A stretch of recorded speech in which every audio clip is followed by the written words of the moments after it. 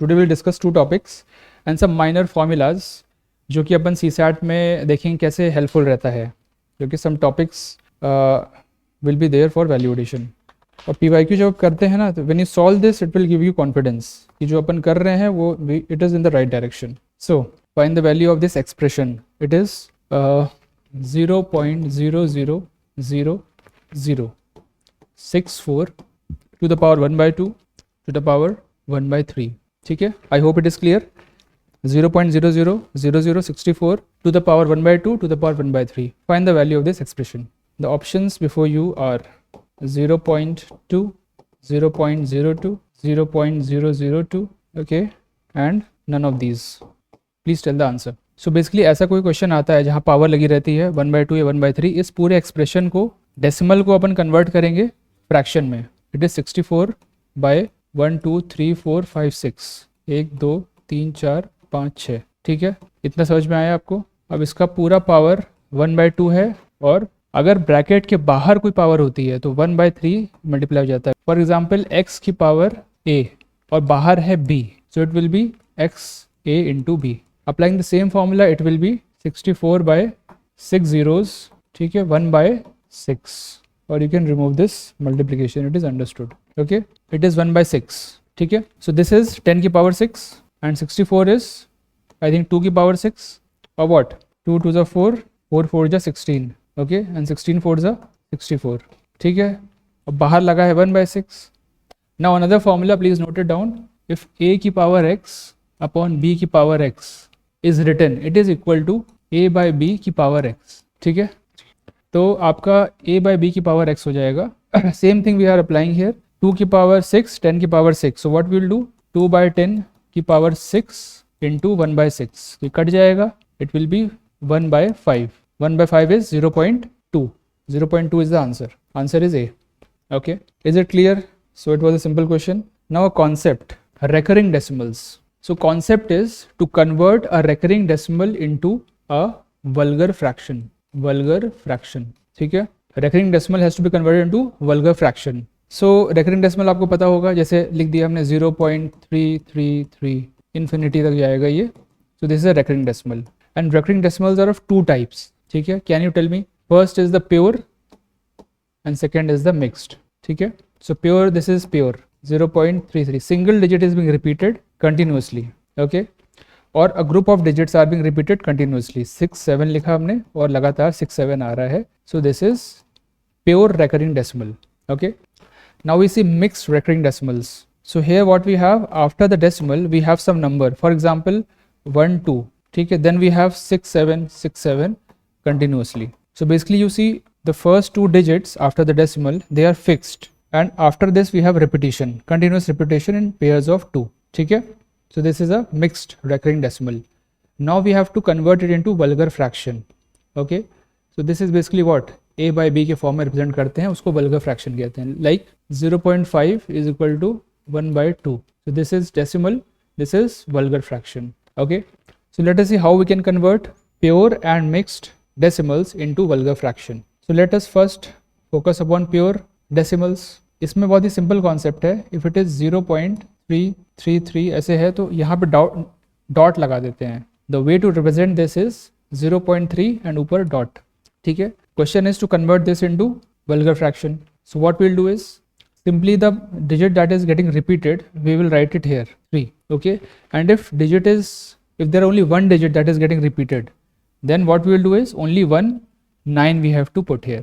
Okay, if it was 0.36 bar is again a notation to denote that 36 is getting repeated continuously till infinity. So what we'll do is we'll write 36, the digit that is getting repeated, and 2 times 9, because we have two digits here that are getting repeated.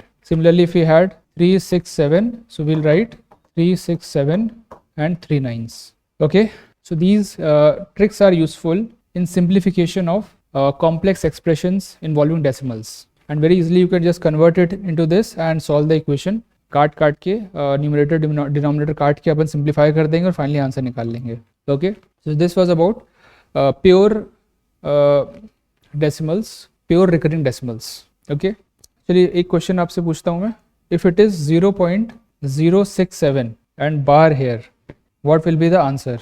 What will be the fraction, vulgar fraction? Please tell. We have three numbers that are getting repeated, 0, 6 and 7.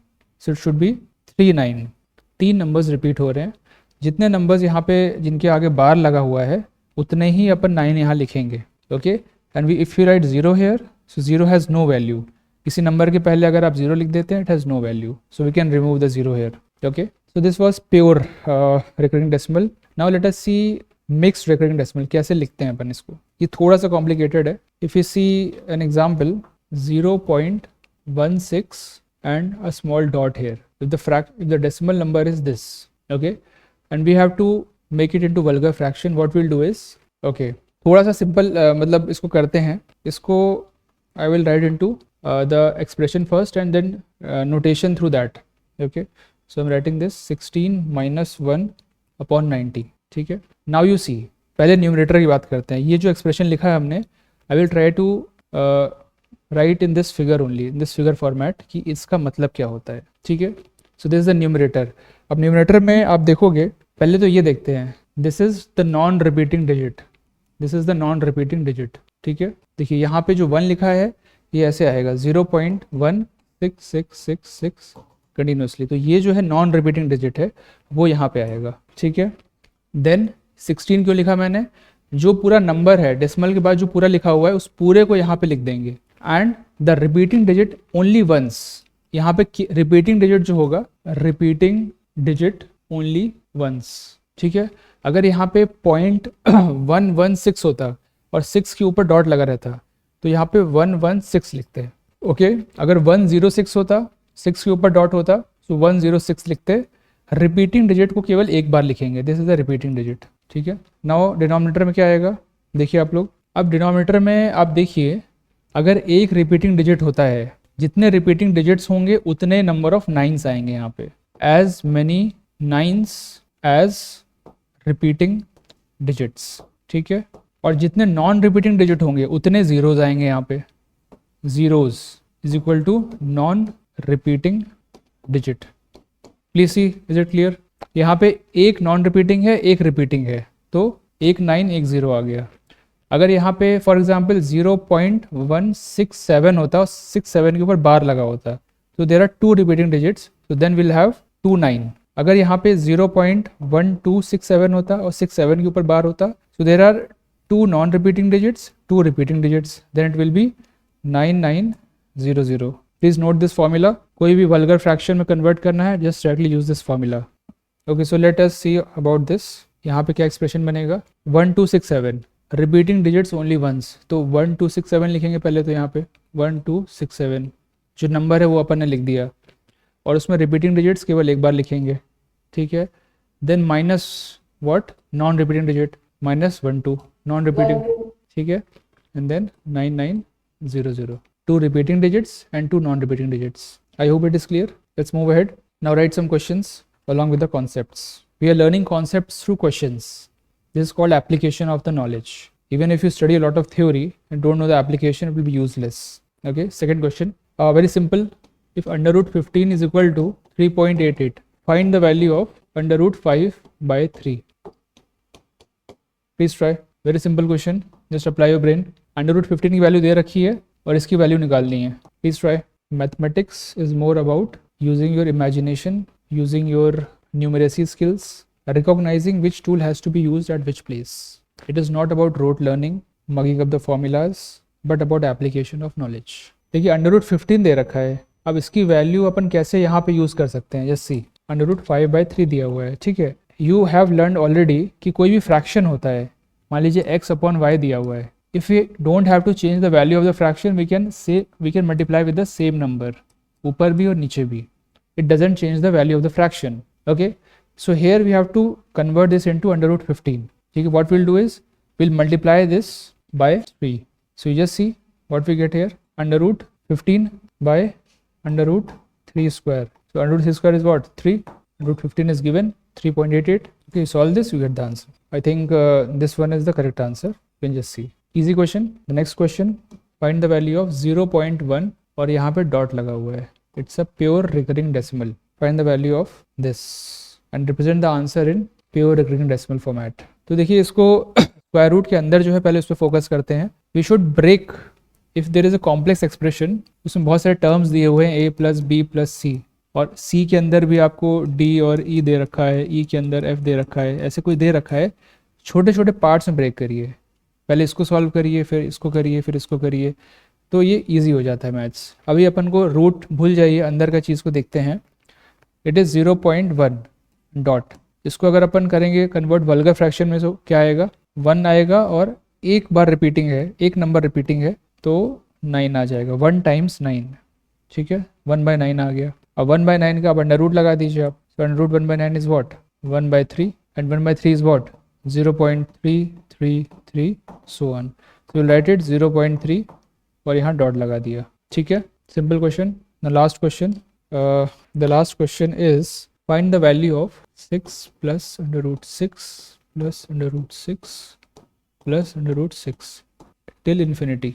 Find the value of this expression. Please try. Many of the people will see this question and think यार ये अपने बस की बात नहीं है, infinity का कोई फॉर्मूला नहीं पढ़ा हमने, sum of AP sum of GP इसका फॉर्मूला याद नहीं आ रहा है, so they will leave this question.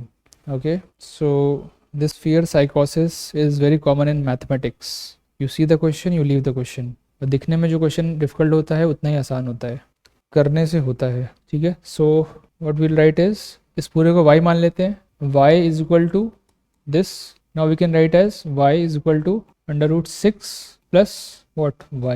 Can we write like this? देखिए ध्यान से, ये जो पूरा एक्सप्रेशन है this is also y only, ठीक है ना, क्योंकि इन्फिनिटी तक जा रहा है, it is going till infinity. So we can write it y is equal to root 6 plus y. Now simply we see a equation where only one variable is there. एक equation है, एक variable है, so we can solve this equation. We have learned it. दो variables होते, दो equation होनी चाहिए solve करने के लिए, okay. So what will do is under root लगा है, दोनों साइड स्क्वायर करेंगे, so it will be Y square is equal to 6 plus Y, then Y square minus Y minus 6 is equal to 0. This is the equation that we are getting now. We have to solve this equation. इसके roots क्या होंगे, anyone who can calculate this, please try. 3 and -2. You can see, देखिए roots निकालने का जो तरीका होता है, अगर इट इज़ कोई नेचुरल नंबर सेटिस्फाई कर रहा है, नेचुरल नंबर का मतलब क्या है, 1 2 3 4, not in decimal format but in the natural number format, so then we have to find the factors of it, ठीक है ना. फैक्टर्स निकालने का तरीका क्या है, ये और ये a एंड c, जैसे क्वाड्रेटिक क्वेश्चन होता है, ax square plus bx plus c is equal to 0. This is the format of quadratic question. Quadratic का मतलब क्या है, पावर 2 जहाँ पे आ गई वो क्वाड्रेटिक क्वेश्चन है, पावर 1 जहाँ पे होती है वो लीनियर इक्वेशन होती है, ठीक है. तो इसमें what we have to do is a और c को मल्टीप्लाई कर दीजिए, a और c को मल्टीप्लाई कर दीजिए और उसके फैक्टर्स निकाल लीजिए.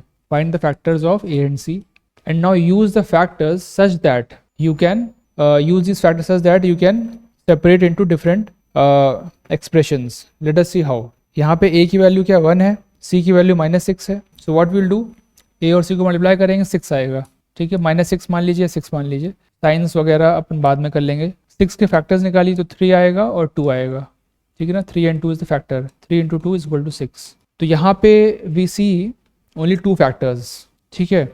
और दोनों का जो डिफरेंस है, डिफरेंस ऑफ द फैक्टर्स, ठीक है, डिफरेंस ऑफ द फैक्टर्स, उसको अपन यूज़ करके इस क्वाड्रेटिक इक्वेशन को तोड़ेंगे, ठीक है ना.